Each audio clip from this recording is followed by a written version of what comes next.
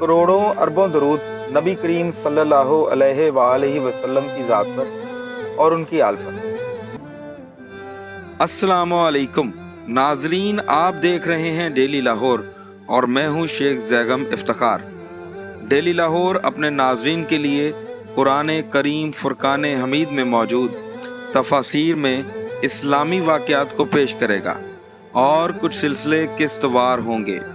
इन वाक़यात को तसलसल से सुनने के लिए हमारे चैनल को सब्सक्राइब कीजिए और बेल आइकन को दबा दीजिए ताकि बेशकीमती वीडियोस आप तक पहुंच सकें। ये वाक़यात अपने दोस्तों, फैमिली, बिलखसूस बच्चों को दिखाइए और इस्लामी तालीमात को फ़रोग़ दीजिए। शुक्रिया।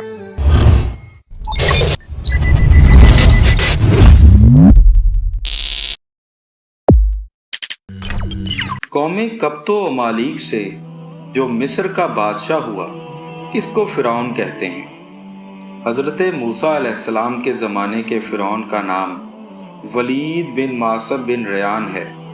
इसकी उम्र 400 बरस की हुई, बल्कि इससे भी ज़्यादा थी।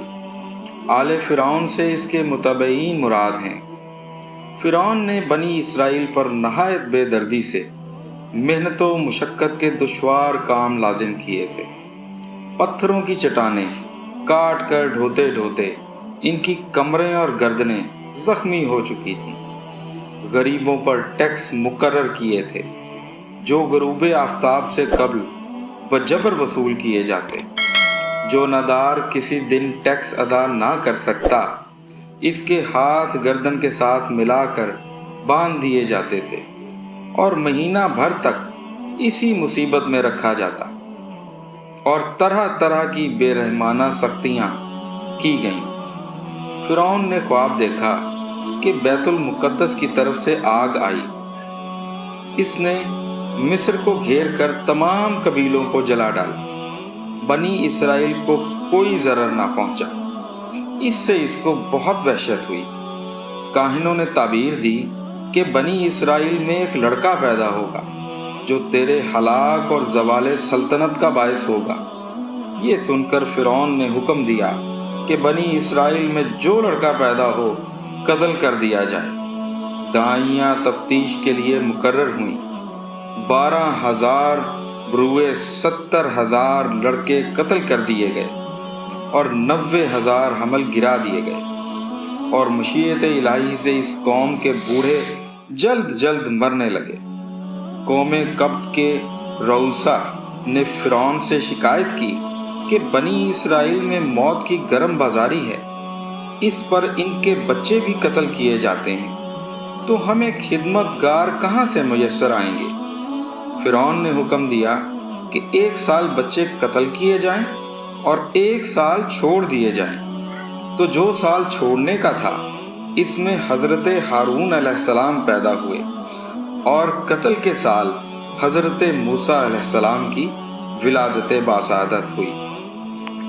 बला इम्तिहान व आजमाइश को कहते हैं। आजमाइश नेमत से भी होती है और शिद्दत व मेहनत से भी नेमत से बंदे की शुक्रगुजारी और मेहनत से इसका सब्र का हाल जाहिर होता है। अगर ज़ालिकुम का इशारा फ़िरौन के मज़ालिम की तरफ है तो बला से मेहनत व मुसीबत मुराद होगी।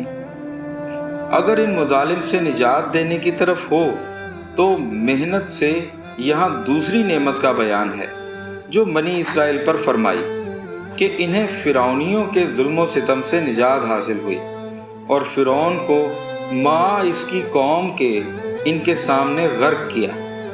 मुख्तसर वाक़या ये है कि हज़रत मूसा अलैहिस्सलाम बहुक्म इलाही शब में बनी इसराइल को मिस्र से लेकर रवाना हुए।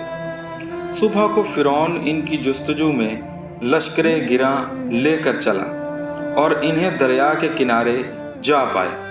बनी इसराइल ने फ़िरौन और इसके लश्कर को देखकर हज़रत मूसा अलैहिस्सलाम से फरियाद की। आप अलैहिस्सलाम ने बहुक्म इलाही अपना आसा मुबारक को पानी में मारा। इसकी बरकत से ऐन दरिया में 12 खुश्क रास्ते पैदा हो गए। पानी दीवारों की तरह खड़ा हो गया। इन दीवारों में जाली की मिसल रोशनदान बन गए بنی اسرائیل کی ہر جماعت ان رستوں میں سے ایک دوسرے کو دیکھتی اور باہم باتیں کرتے ہوئے گزر گئی۔ فرعون دریائی رستے دیکھ کر ان پر چل پڑا۔ جب اس کا تمام لشکر دریا کے اندر آ گیا تو دریا اپنی اصل حالت میں آ گیا اور تمام فرعونی اس میں غرق ہو گئے۔ دریا کا عرض تقریباً 4 فرلانگ تھا۔ یہ واقعہ بحر کلزم کا ہے جو بحر فارس کے کنارے پر واقع ہے۔ بنی اسرائیل لبے دریا فرعونیوں کے غرق ہونے کا منظر دیکھ رہے تھے۔ یہ غرق محرم کی 10ویں تاریخ کو ہوا۔